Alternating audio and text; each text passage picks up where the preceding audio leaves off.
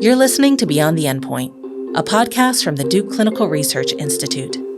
In this series, we're demystifying clinical research and answering your pressing questions about health and healthcare. You can find our full episodes at dcri.org/BTE.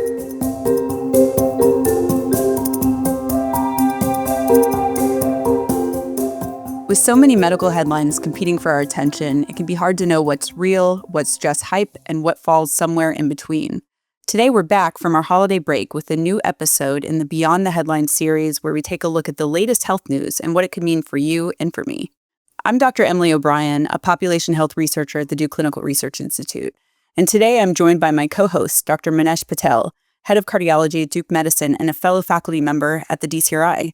Manesh, Happy New Year. Thanks so much. We're back for another year and another episode in which we share a few of the health headlines that caught our eye and break down the science. You know, as the new year starts, it's always interesting to go through those. And I think just because we exited 2025, maybe we start by taking a couple of critical reviews of media outlets and their takes on the biggest headlines from 2025. Sounds like a plan. Maybe we do a rapid fire hope versus hype take on each of these. Yeah, that would be good. There's a lot of both wrapped up in 2025 and 2026. All right, so Manesh, I got to say, I don't know that you're the target demographic for this, but when you are a midlife lady, everything that you see on the internet somehow leads back to collagen. So one headline that we saw this year was collagen may help you jump higher. What do you think, hope or hype? I think it's a bit of hype. I'll say collagen makes sense biologically because it plays a role in a lot of our, I'll call it connective tissue, obviously, ligaments and things like that. The problem is taking collagen or putting collagen on your skin and things like that. Just not as much scientific information to show that it'll actually change how you perform in some of those physical activities. I wish it did, because I think my demographic would be wondering if I could, dunk a basketball. It's always been a dream, never happened. I don't know how much collagen it'll take. How about this one? Hot baths might be the next best thing to training to go up a mountain. Hope or hype? Well, I'm hopeful this one's true. Anything that allows me to just sit and somehow improve my cardiovascular endurance and physical capability. I mean, it sounds good to me, but my guess is if there is any evidence for this one, and I haven't looked into it, it's probably pretty minimal. Obviously, a ton of interest in wellness spas and cold plunges, hot baths, sauna, all that. And I think great evidence for sauna as far as I can tell, but unlikely that it gets to the level of benefit that we see from cardiovascular training like you would need for climbing a mountain. Yeah, I'll just say the sauna one's kind of interesting to me because I do think there's, I know Peter Attia, others are really strong proponents of saunas and saying that they reduce cardiovascular mortality by 20, 30%. It does look like in observational data that there's looks like benefit from some of those things. The part, as we've often talked about, that's hard to tease out even when you control for everything is some of these things are done in places where people are inherently maybe potentially healthier or people have access to saunas and some of those things. Nevertheless, it does look like saunas have some observational benefit. It's hard to randomize people to going into a sauna or not, but I think it is definitely an interesting one. Another one, you got any others there for hope or hype? Yeah, so also in the camp of healthy user selection bias is one on beetroot juice, which is apparently good again. What do you think about this? I mean, we talked a little bit about nutritional epi and all the challenges with recording dietary data accurately. You think this one is reasonably robust? I think there's pieces of this that are quite robust. And all of these, I'll start with what's the biologic plausibility? Then is it proven? Because a lot of things can be biologically plausible, but then can we prove it when we give it to free-range humans walking around planet Earth? And so I'll start with beetroot. Beets are very well known to be huge donators of nitric oxide. And so we have done studies at length at our place, other places where people will look at activity with athletes or just people who are trying to better walk and do things like that. And there is a production of nitric oxide with pretty intense beet juice or beet roots that can improve the uptake of oxygen in some of our tissues. Taking it and then translating it into actual better performance is always hard, but at least there's biologic plausibility and some emerging observational to randomized data. So I don't, again, if you put beetroot juice along with other healthy fruits and vegetables, it's probably a good thing. It's probably not as much as we want. One that I think is, maybe not as novel, but is sort of reaching that critical mass of evidence is the concept of sitting as the new smoking. So one of the headlines that we saw is that sitting for hours isn't good for your brain. So of course, we've learned from previous research that the more time you spend sitting, the higher your risk of all sorts of adverse outcomes, including cardiovascular disease. But a little bit of new research around the brain benefits of getting up and moving around too. What did you think of that one? I think that, again, I put this more in the hope rather than hype. I think that there's actually evidence emerging and it's potentially on its way. Again, what are the data that people would look for? Obviously, we see that there's more and more evidence now that more activity probably increases your vascular tissues and increases your overall health. And that's always been a chicken or egg, like trying to get people to move more is always better. And can you move more because you're feeling better? But there is clear evidence, and I tell this to my patients in clinic, exercise is probably the best return on investment you have. If you can keep moving and exercise it's almost like good retirement and putting it away, like in your 30s to 50s or 60s, if you exercise 5 minutes, there's a 5x return when you're chasing grandkids or trying to spend time with family that's hopefully meaningful. So I often tell people the evidence observationally and in some randomized trials for exercise look pretty strong. So I just extrapolate that to, well, if you're sitting and not standing and moving around, it's just more inactivity. So that's on the spectrum, I think, of the ways I think about that. Another one, maybe just to kind of wrap this up, is being dehydrated might make you more stressed. And I think back to times when I've been most dehydrated, and usually it's because I don't have a lot of time to stop and actually drink any water because I'm running around to meetings or, have sort of back-to-back commitments. You think that there's some actual causal connection here or mostly correlation? Again, most of these are like biologic, physiologic, and then, observational. And I think pretty strong data here in large groups of data sets and in practice. The easiest thing I tell people that we have is water. It's literally free from a caloric perspective. It's needed for a significant part of your body. And as people get hydrated, they will at least, I think, ideally feel more capacity in a normal state. So we do know that especially for young adults, hydration is so critical. It's probably why you feel it more than me.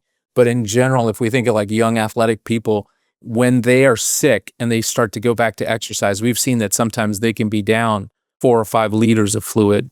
So when we see these individuals post-viral infection and they're really lightheaded, it takes a lot of water that we don't often recognize to stay hydrated. So I guess I got to go get my beetroot juice, my collagen supplement, and then make sure that I'm using all of that to stay hydrated so I can climb a mountain in the near future. Does that seem reasonable? Yeah. Well, that was fun to like roundabout as we went through sort of the roundups of all the kinds of headlines that we heard over the last year. And in some of that, I guess there was a story in NBC News about reclassification of cannabis. And is it going to open the floodgates for research and help us understand it more? What do you think about some of that evidence and data coming out? This one I thought held a lot of promise. And so it was refreshing and encouraging to see us moving, I think, in the direction of transparency and systematic approaches to understanding health impacts of really widespread exposures. So, before this reclassification, there's just sort of like public health paradox that people talked about for a long time with, really high usage rates of cannabis. So some estimates are like 20% of young adults use cannabis regularly. And so its prior classification as a Schedule I substance made it really, really hard to actually study what happened, for various doses and populations and over various potential health outcomes and periods of time. So to me, like this is pretty much, all positive.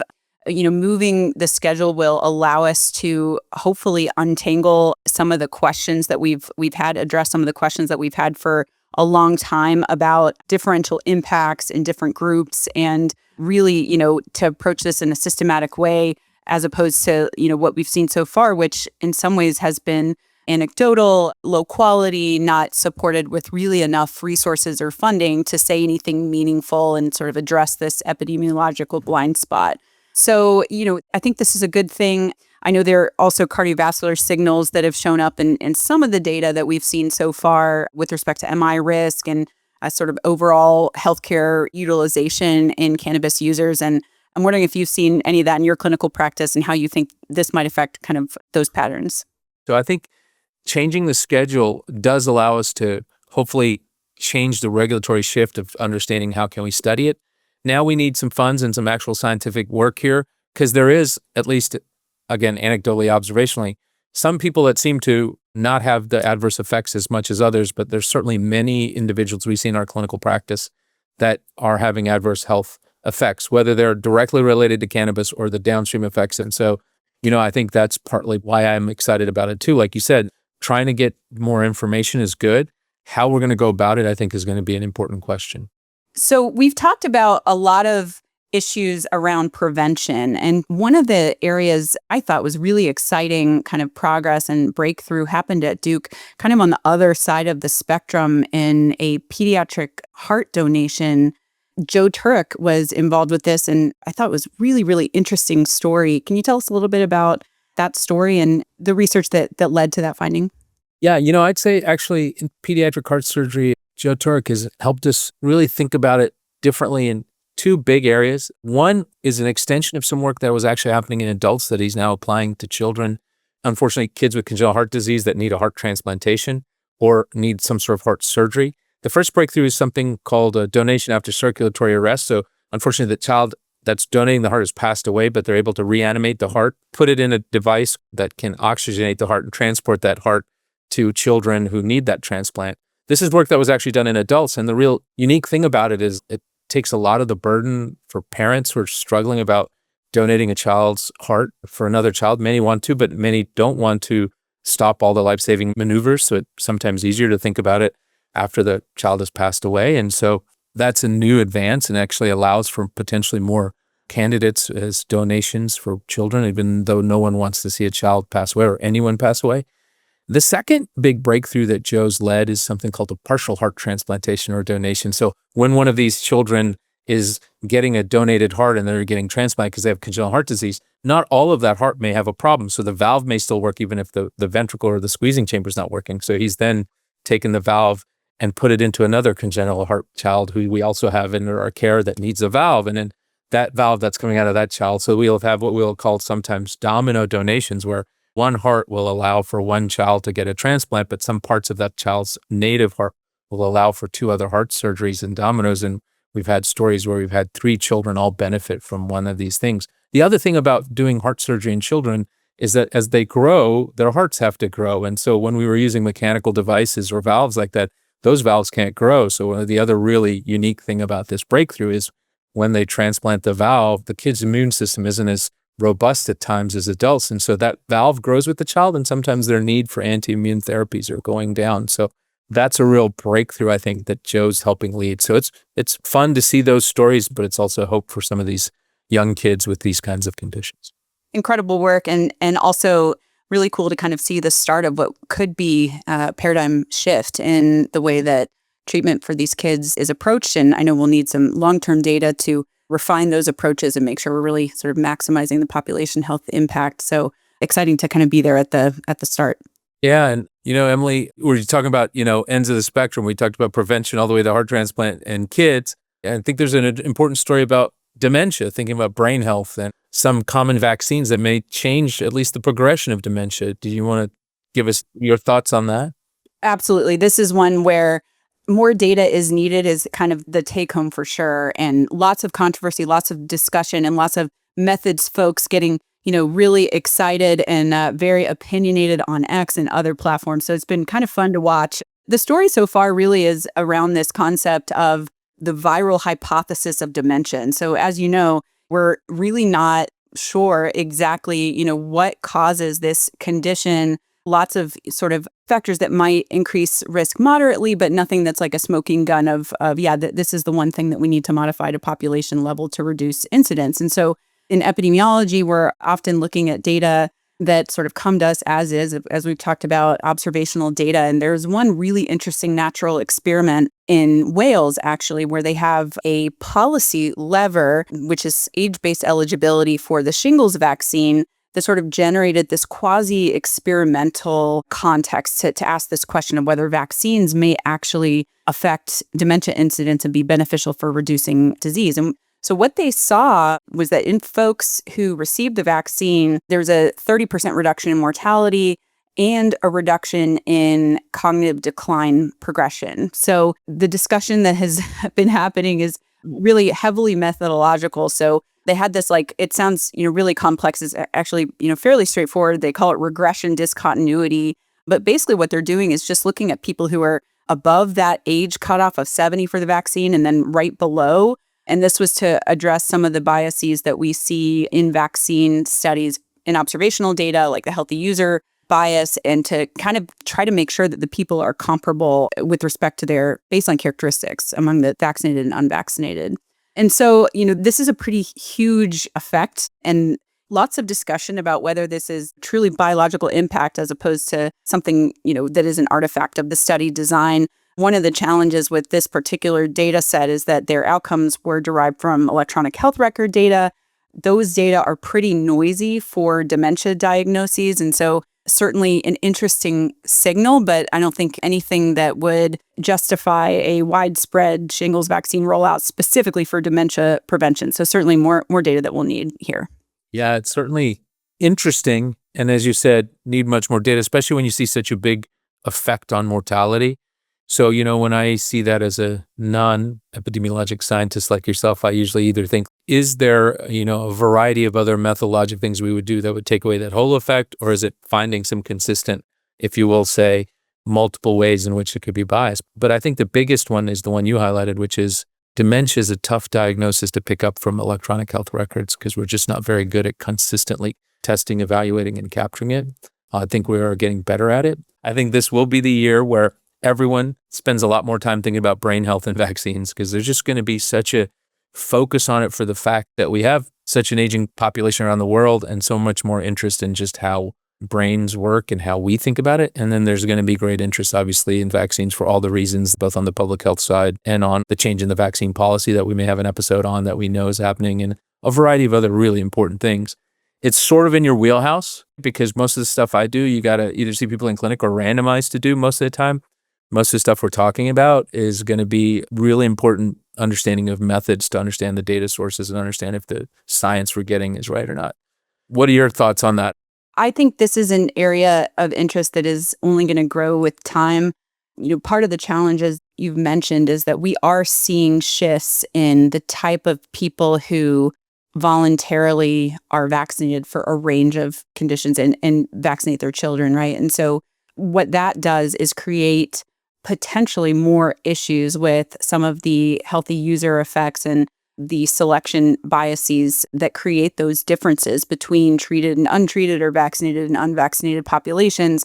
And so we're going to need robust data, better data on other behaviors and other features of those populations that could impact their health outcomes and have absolutely nothing to do with these vaccines, right? And so that's where I think, a lot of the work, especially within the DCRI, around linking data sets and making sure that we have not just these really broad populations, but also enough depth within these data to be able to adjust for some of these potential biasing kind of study design elements.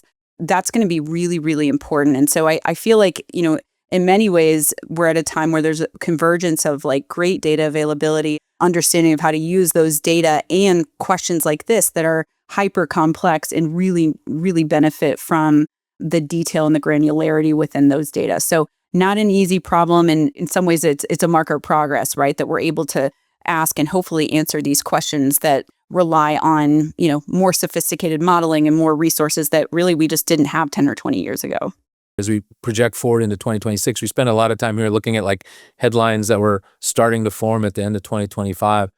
We're going to have to continue to think through how we can better explain the scientific questions that we're trying to answer and the methods of it, because what I see a lot online, and I think there's a bunch of great people, Dr. Mike, there's some other people who do a really nice job of explaining lay terms how we think about the scientific method and how we're trying to evaluate information. I think the studies coming out are going to be quite powerful in some of the cardiovascular areas. And it's now more than ever that we've had therapies that could really affect human health. So a lot of it's going to be, can we get these therapies to our patients? And then will people who see these therapies want to take them? And, and I think part of that gets into the first part of this episode.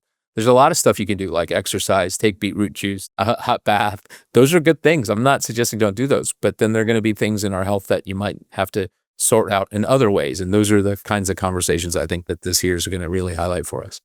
So that's been fun talking about 2025 and then 2026, some of the projections. What's it mean for all the people listening? What's it mean for us, as we're going around our daily deal, trying to do our job, trying to exercise, trying to be healthy, take care of our families. So some of these things are really, I think, really important to put into context. So I've really enjoyed thinking about it. I'm excited about what's coming up in this next year. And for all of you at home, thanks for joining us for this episode of Beyond the Headlines. It's a recurring series here on the podcast. We encourage you to share any headlines that might have caught your eye by emailing us at beyondtheendpoint@duke.edu. And don't forget to subscribe on SoundCloud, Spotify, Amazon Music, or Apple Podcasts. You can also connect with the Duke Clinical Research Institute on LinkedIn or by following at DCRI News on X or Blue Sky. We hope you join us for our next episode. This has been Beyond the Endpoint. Resources related to this episode are available on dcri.org/BTE. If you have any burning questions about clinical research or healthcare, drop us a line at beyondtheendpoint@duke.edu. We'd love to address your questions in a future episode.